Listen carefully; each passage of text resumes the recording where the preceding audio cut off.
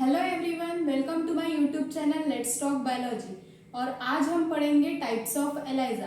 हमारे previous video lecture में हमने कवर किया था general introduction of ELISA and materials required for ELISA. So ELISA एक इम्यूनोलॉजिकल मेथड होता है जिसमें हम detection of antigen and antibody carry out कर सकते हैं। सो एलाइजा के 4 टाइप्स होते हैं। फर्स्ट होता है direct ELISA, then second is indirect ELISA, next is sandwich ELISA and fourth is competitive ELISA. So आज के वीडियो लेक्चर में हम कवर करेंगे direct ELISA.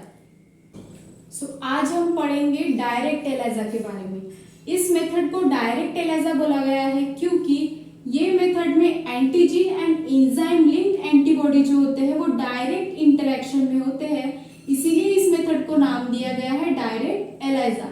With the help of direct ELISA हम एंटीजन आइडेंटिफिकेशन कैरी आउट कर सकते हैं।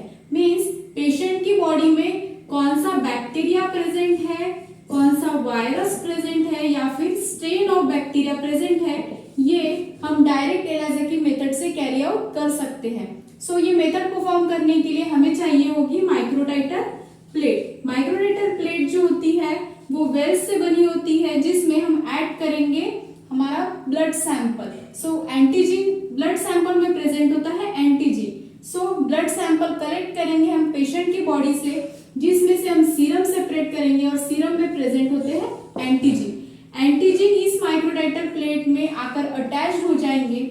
उसके बाद जो फ्लोटिंग एंटीजीन है जो इसमें अटैच नहीं हो पाया है उसे हम वॉश कर लेंगे with the help of washing reagent that is tris buffer saline.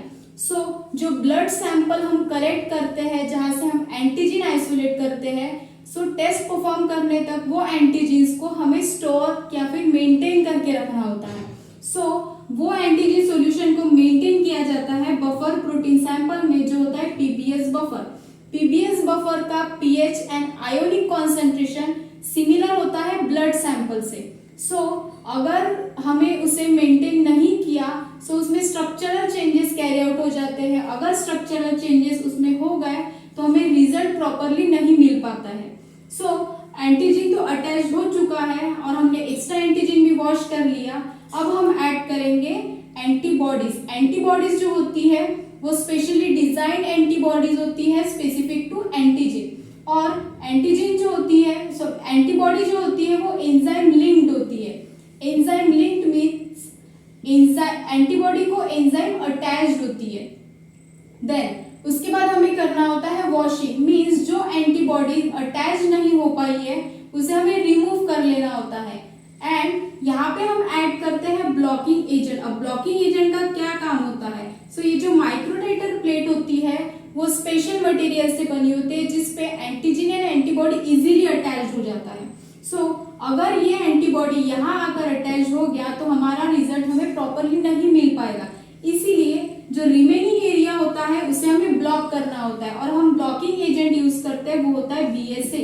BSA जो होता है वो नॉन रिएक्टिव होता है। मीन्स ना वो एंटीजन के साथ रिएक्ट करेगा ना वो एंटीबॉडी के साथ रिएक्ट करेगा। और हम as a blocking agent use करते हैं BSA that is bovine serum albumin.